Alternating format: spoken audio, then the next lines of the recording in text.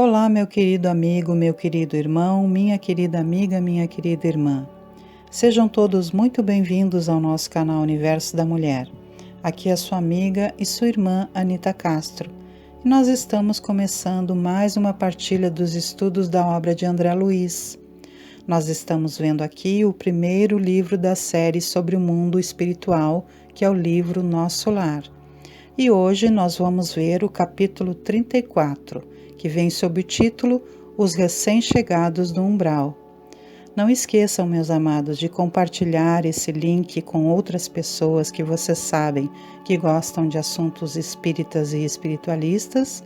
E não esqueça também de curtir esse vídeo para que esse material chegue ao maior número de pessoas possível, para que a gente possa distribuir cada vez mais materiais que enriquecem e enobrecem o nosso espírito. Vamos então à leitura e eu vou aqui tecendo breves comentários conforme eu for intuindo, ok? André Luiz nos diz o seguinte: estacaram as matilhas de cães ao nosso lado, conduzidas por trabalhadores de pulso firme. Daí a minutos, estávamos todos enfrentando os enormes corredores de ingresso às câmaras de retificação. Servidores movimentavam-se apressados. Alguns doentes eram levados ao interior sob amparo forte.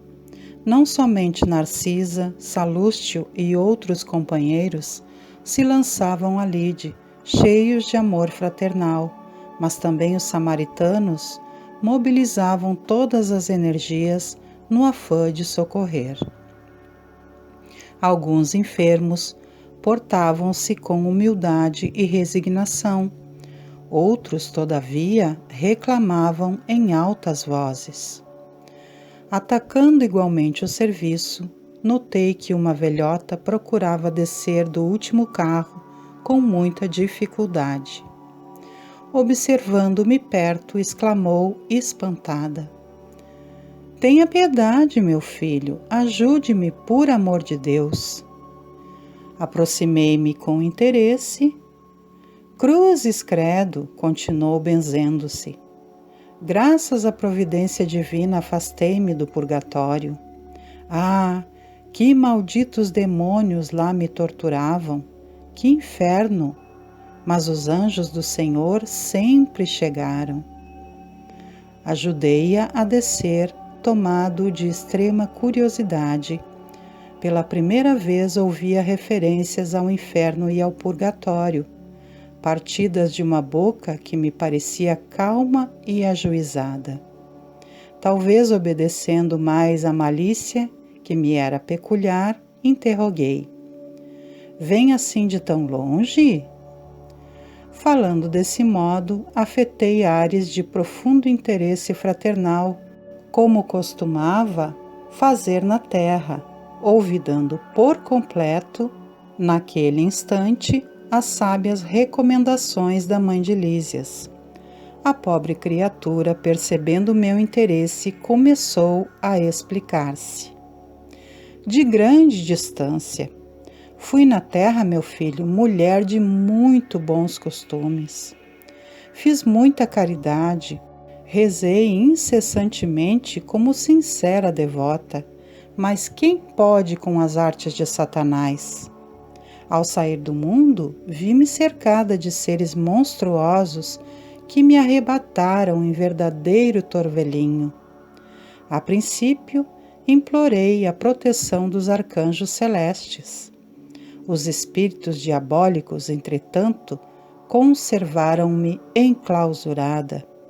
Mas eu não perdia a esperança de ser libertada de um momento para outro, porque deixei uns dinheiros para a celebração de missas mensais por meu descanso.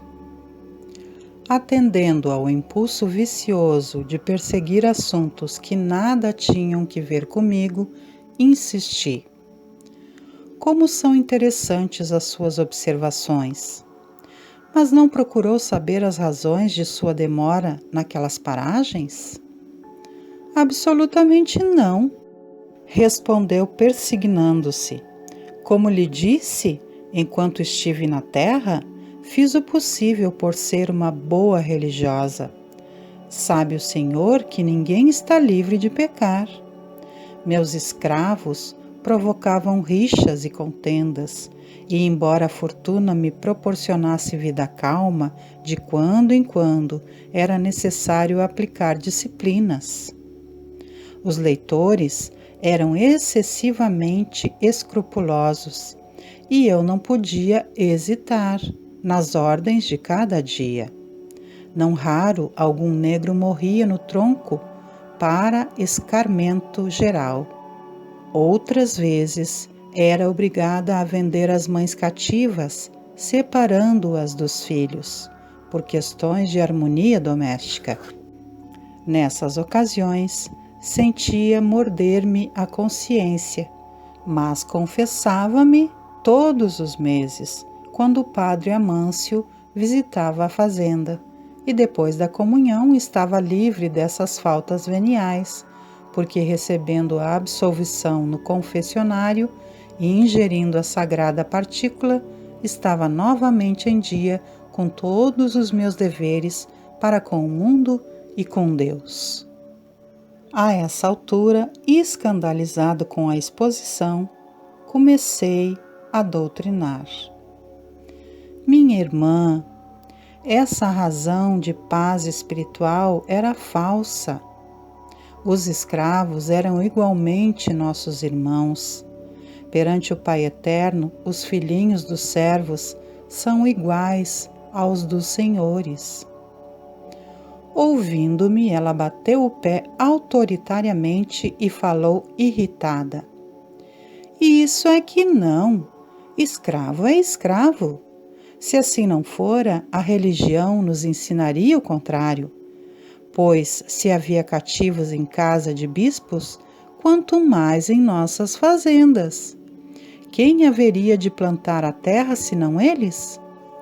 E creia que sempre lhes concedi minhas senzalas como verdadeira honra. Em minha fazenda nunca vieram ao terreiro das visitas, senão para cumprir minhas ordens. Padre Amâncio, nosso virtuoso sacerdote, disse-me na confissão que os africanos são os piores entes do mundo, nascidos exclusivamente para servirem a Deus no cativeiro. Pensa então que me poderia encher de escrúpulos no trato com essa espécie de criaturas? Não tenha dúvida, os escravos são seres perversos, filhos de Satã. Chego a admirar-me da paciência com que tolerei essa gente na terra, e devo declarar que saí quase inesperadamente do corpo por me haver chocado a determinação da princesa, libertando esses bandidos. Decorreram muitos anos, mas lembro-me perfeitamente. Achava-me adoentada havia muitos dias, e quando o padre Amâncio trouxe a nova da cidade, piorei de súbito. Como poderíamos ficar no mundo vendo esses criminosos em liberdade? Certo, eles desejariam escravizar-nos por sua vez, e a servir a gente dessa laia não seria melhor morrer? Recordo que me confessei com dificuldade. Recebi as palavras de conforto do nosso sacerdote, mas parece que os demônios são também africanos e viviam à espreita, sendo eu obrigada a sofrer-lhes a presença até hoje. E quando veio? Perguntei. Em maio de 1888. Gente, vamos parar aqui um pouquinho. Consideremos o seguinte: por que será que essa pobre criatura estava lá no fundo do umbral, não é mesmo? Chega a doer de ter que ler as considerações desse espírito. Todos nós diante de Deus somos iguais, independente da tonalidade da nossa pele. negros, morenos, brancos, índios, amarelos, não importa. Todos somos amados por Deus. Todos somos iguais diante de Deus.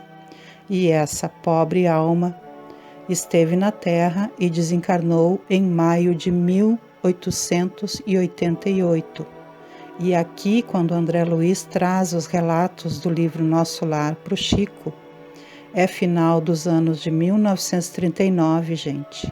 Olha quantos anos esse espírito estava afundado lá no fundo do umbral. Olha quanta maldade ela traz no coração devido ao mau ensinamento da religiosidade da época. Notamos aqui que ela tinha uma crença católica, mas que os ensinos da época tornavam os nossos irmãos negros como se fossem apenas servos e escravos, o que era um crime, nós sabemos disso. A mim dói na alma ter que ler esse tipo de situação, porque eu sou casada com um homem que tem a pele quase negra, o meu amado, e a minha avó era uma mulata. Eu tenho descendência de negros também. E esse tipo de situação que ela vivenciou no umbral certamente vem de encontro com aquilo que ela achava que era certo. Olha todos os impropérios que ela fala contra a raça negra aqui. Olha todo esse preconceito. Ela achava que pagando missas pela alma dela, rezando e tomando a hóstia consagrada, ficava tudo certo. E era assim que naquela época todos pensavam, gente. Inclusive os sacerdotes, como ela disse aqui, que também tinham escravos. Graças a Deus que essa época terminou. Mas esse espírito estava lá afundada no umbral devido a todo esse preconceito, essa ignorância e essa maldade no coração, porque ela achava que tudo o que ela estava fazendo ali estava certo. E que os escravos, no caso os negros, não eram dignos de estar convivendo junto com todos os outros seres humanos. Quanto impropério, gente! Como que um espírito desse poderia estar num lugar diferente a não ser no fundo do umbral? E olha como Deus é misericordioso, que também recolheu a ela para ser tratada e para ensiná-la através do amor desses amigos, desses irmãos aqui de nosso lar, o que de fato que somos todos iguais e todos irmãos, independente da cor da nossa tez, da nossa pele. Continuando aqui a nossa leitura então, porque foi bastante doloroso ter que ler esse trecho, mas temos que mostrar aqui o que André Luiz nos fala sobre esse espírito, não é mesmo? Porque isso é fato, gente, e infelizmente até hoje ainda existem pessoas que têm preconceitos contra nacionalidade, contra a cor da pele, contra a condição social, esquecendo-se que todos somos irmãos e que nesta vida estamos numa condição que talvez estejamos na outra vida igual àqueles que nós estamos discriminando. Sigamos então, sob essa reflexão, a nossa leitura. André Luiz segue dizendo: experimentei estranha sensação de espanto. A interlocutora fixou o olhar embaciado no horizonte e falou: é possível que meus sobrinhos tenham esquecido de pagar as missas. Entretanto, deixei à disposição em testamento. Ia responder, convocando-lhe os raciocínios à zona superior, fornecendo-lhe ideias novas de fraternidade e fé. Mas Narcisa aproximou-se e disse-me bondosa: André, meu amigo, você esqueceu que estamos providenciando alívio a doentes e perturbados? Que proveito lhe advém de semelhantes informações? Os dementes falam de maneira incessante, e quem os ouve, gastando interesse espiritual, pode não estar menos louco. Olha só o que Narcisa fez. Deu um puxão de orelha no André Luiz, não é mesmo? Porque, como ela diz aqui, esses seres que estavam ali chegando estavam doentes, perturbados. E aí ela chamou a atenção dele e advertiu, porque qual era o proveito dessas informações naquele momento? Eles estavam ali para auxiliar, não é mesmo? E aí ela fala que os dementes falam de maneira incessante e quem os ouve, gastando interesse espiritual, pode não estar menos louco. Ou seja, não se dá ouvidos para esse tipo de situação, não é? Foi isso que ela disse para ele. Naquele momento, eles estavam acolhendo aqueles espíritos. E é claro que o que acontece? Exatamente o que aconteceu aqui. Que certamente, assim como para mim foi doloroso ler o que esse espírito dizia, com essa maldade ainda no coração, por estar adoecida, certamente para vocês também que escutam foi doloroso, mas é importante para a gente conhecer. Só que para André Luiz não era interessante.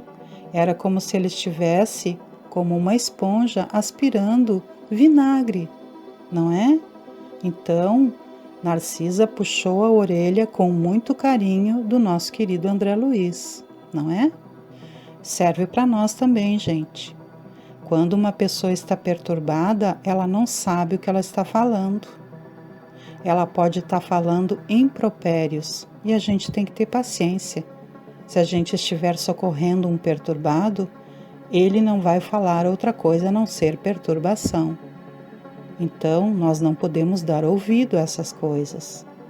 É claro que é doloroso, gente, mas temos que tomar também essa consciência, não é? Prosseguindo aqui a nossa leitura. André Luiz diz o seguinte: aquelas palavras foram ditas com tanta bondade que corei de vergonha, sem coragem de a elas responder. Não se impressione, exclamou a enfermeira delicadamente. Atendamos aos irmãos perturbados.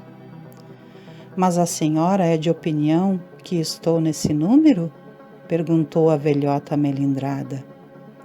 Narcisa, porém, demonstrando suas excelentes qualidades de psicóloga, tomou expressão de fraternidade carinhosa e exclamou: Não, minha amiga, não digo isso.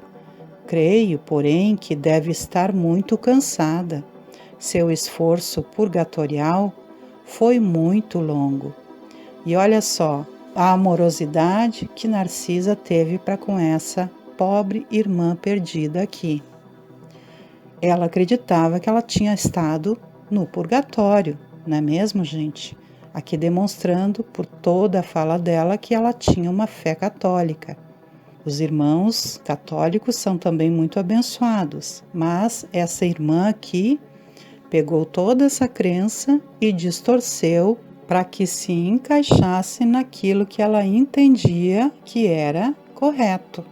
E que aquela época era assim, as pessoas eram ensinadas erroneamente.